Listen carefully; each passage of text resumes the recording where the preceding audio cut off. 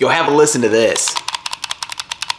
Yo, what's up, rockers? So it's been a couple months now, and I've been working on a new mod for the triggers for the Nintendo GameCube controller. And after working on it for some time, I wanted to show it to you guys so you can take a look, see what it's all about, and hey, tell me if you got any feedback along the way. The mod's still not finished yet, but we're making great progress on it, so I want to show it off and let you tell me what you think about it.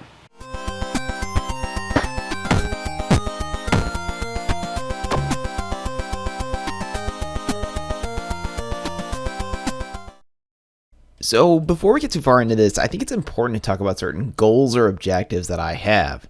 Now, to be very clear, this is clearly being made with Super Smash Bros. Melee and Ultimate in mind, so I want to keep both those in mind as I'm working through this.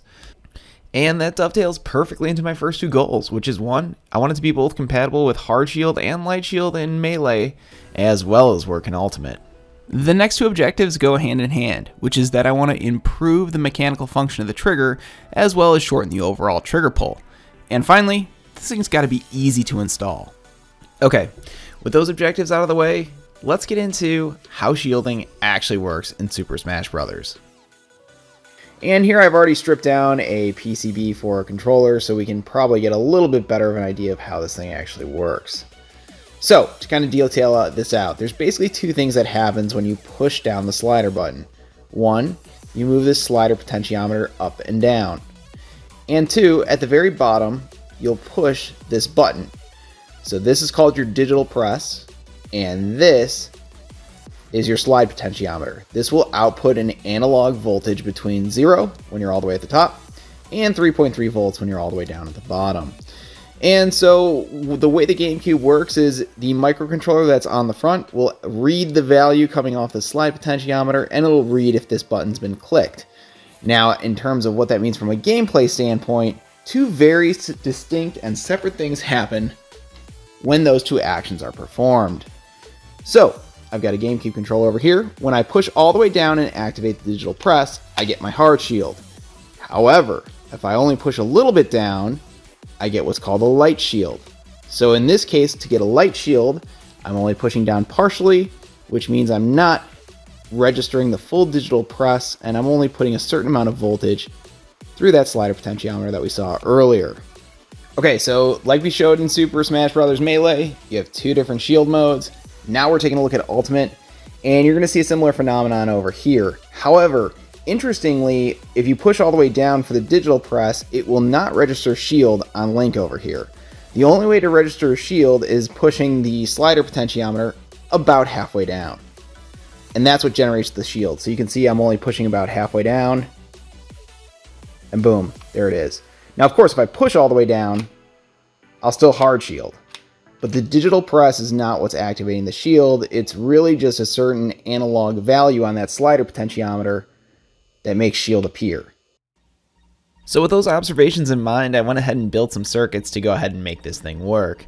Now, what I like to do whenever I'm prototyping is I generally speaking like to implement certain features at a time, get those working well, and then iterate on top of that. I just find that to be a very simple way to allow me to progress and feel like I'm making progress throughout the entire project, because when you try to bite off everything at once, sometimes it gets hard to get the job done. It's for that reason that I like to use today's sponsor, PCBWay. Now, PCBWay will allow me to go ahead and order a prototype board for just $5 plus the cost of shipping. It allows me to iterate quickly, add certain elements to the design, make different changes to my PCBs as I go, and even better, they ship them within 24 hours. So if you're looking for any PCBs to be manufactured, check out PCBWay. I'll leave a link to them in the description below. And thank you to PCBWay for sponsoring today's video and for producing all the PCBs that we're using in today's video. Now, speaking of PCBs, this little L-shaped board that you're seeing here is the one that houses the circuit that I've designed. And as we kind of look at how this thing's going to fit together, it installs super simply. Basically, just remove the digital press PCB over here on the side by heating these two pads, and it comes right out. From there, we can grab that L-shaped PCB I made and really just hit those 5 castellated holes, and that thing's in. It's pretty simple. Now, generally speaking, whenever I'm doing soldering work like this, I just like to go in there with my iron, introduce a little bit of solder on the tip of my iron, and really all I'm trying to do is, kind of create just a little tack weld to basically hold everything in place. And once everything's held in place and I can bring my other hand back in, I can introduce more solder and create what is effectively my final joint. This is pretty easy to do, and you end up with some really great results.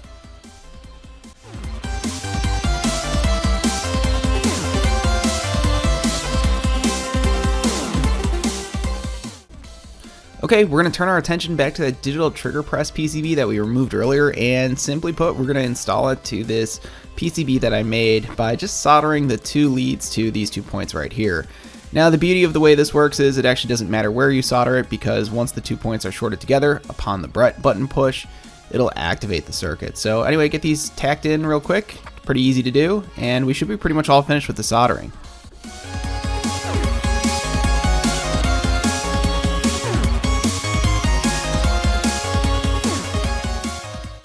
Alright, to finish these triggers off, I'm going to add some trigger plugs. These are tall trigger plugs, and the one you're seeing in green is what I've been able to find online. I can't stand it. We're getting rid of it. So I went ahead and made this white one, and it's kind of got a self-compressing spring built into it. It allows for it to easily be inserted into the trigger plug, and of course easily removed in case you ever need to swap or do whatever. You can easily remove it. I kind of just didn't like the way trigger plugs had been designed in the past, so I spent the time and effort to make those. But anyway, I'm going to open source that, so if anyone's interested, there's a link in the description below. You can go ahead and download those STL files and print them yourself. Just be aware that if you're using an FDM printer, it's basically a torture test, and I haven't tested them in resin.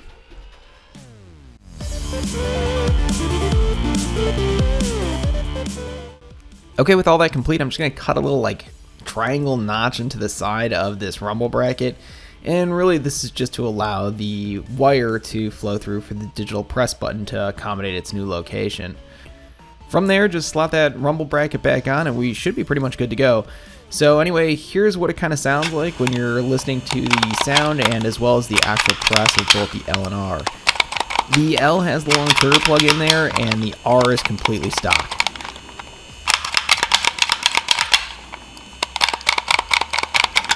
Alright, got my controller all plugged in, and here we go. I got Fox over there. We're going to go with the power shield first. And boom, works no problem. And obviously the other one, you can then light shield with. But I think there's probably a better way to do all this, and if I'm being honest, the way the trigger plug over here feels, it feels okay, but I think we can do a lot better. So let's go ahead and investigate how to make that better. So one thing I haven't really shied away from is basically turning these GameCube controllers into PCs. I mean, I've already done RGB lighting, so I figure it's time to fit this thing with a mechanical key switch. Now, just to kind of explain how this is going to work, I want to basically use this as my trigger, and that sound is just so satisfying. So here's how we're going to do this. It basically amounted to creating tons of custom hardware to make all this work. But check it out. After creating a bunch of custom pieces and modifying others that some other people had made, here's kind of what I came up with. Basically what amounts to a trigger system. So effectively what I did is I came up with this design with a custom PCB on the bottom, and that'll allow us to install everything in. So let me show you how it all kind of comes together. Got our rear shell over here, and I came up with a custom little cap over here that'll then plug into the trigger, and this will then allow us to adapt it to then interface with this. But, I wasn't super satisfied with that alone, so I wanted to add some additional stability, which is what this piece right over here represents. And we're also going to add a spring to that as well. And again, this is all just kind of to help customize the feel of the trigger, because ultimately what I kind of want is more of a trigger system as opposed to just a stock or standard feel. So when you kind of put all the pieces together, it ends up looking a little something like this. So when everything comes together, it's going to look like this, all fully seated. And yeah, just get this tucked into the actual shell.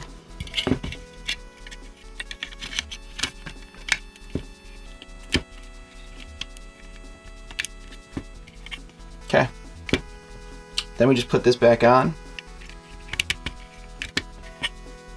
And at that point, we haven't had to do any real modification or anything like that, but you can just listen to the sound of this. I mean, it just sounds so good.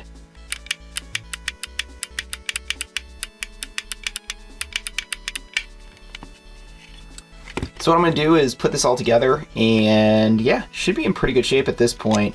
What we will end up having to do is either create or modify the bracket that was sitting in here before, so that's the rumble bracket, but I've got ideas for that, so let's get this screwed together and yeah, let's test it out.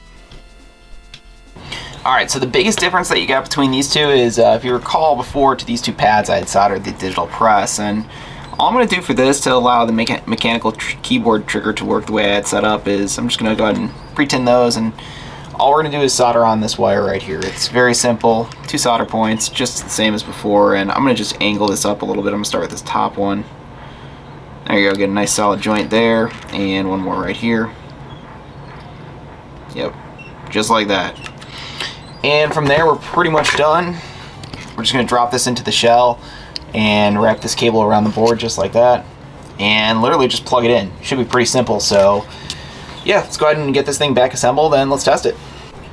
So coming around to the back of the board after soldering this thing in, I did end up 3D printing a custom bracket, and this is actually a bracket that was designed by Fires, and I went ahead and made some modifications to it to allow for kind of easier fitment of what I'm doing here. And basically the biggest difference that you're going to see between here, minus some other small cosmetic things, obviously is this is completely missing now to fully accommodate this guy. So I'm hoping with that, taken away, we should have zero fitment issues, and we should just be able to slap this thing back together. I guess it's time to find out.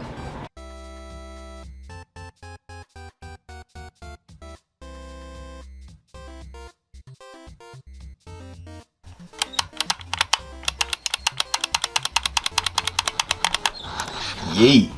Alright, so I got that full trigger assembly in, and here we go, let's have a listen and a look at Link.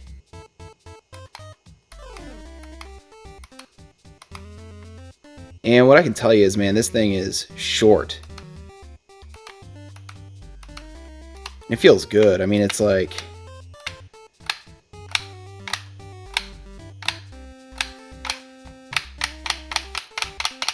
yeah, feels really good. Now, one of the things that's inherently pretty nice about all this is, to the extent you can find different springs, or you have different springs, whether they be from third-party controllers, other OEM, etc., they will work with this system, and so it'll kind of allow you just to use whatever you got around and really customize the feel of whatever you've got. Now, one thing I haven't shown yet is using Light Shield, and the reason why is because, like I said, this is an iterative prototyping process. So let me go ahead and get Light Shield going here. I'm going to hook up the rest of the circuit to this and modify the existing PCB to allow me to swap between either Hard Shield or Light Shield. Now, there is one slight issue with the Light Shield as implemented, which is if you're trying to quit out a melee, you can't do RLA start. Now, obviously, we're going to have to add some additional functionality to this to allow something like that to happen. Forgive the wires, they're all over the place, but here we go. So I'm going to push first on my shield, and we've got Hard Shield, which is where we were before. And now all I'm going to do is flip a switch over here, and bingo, we got Light Shield. So you now have the ability to swap between both Light Shield and Hard Shield. Pretty cool, not gonna lie. Pretty happy with how that all turned out.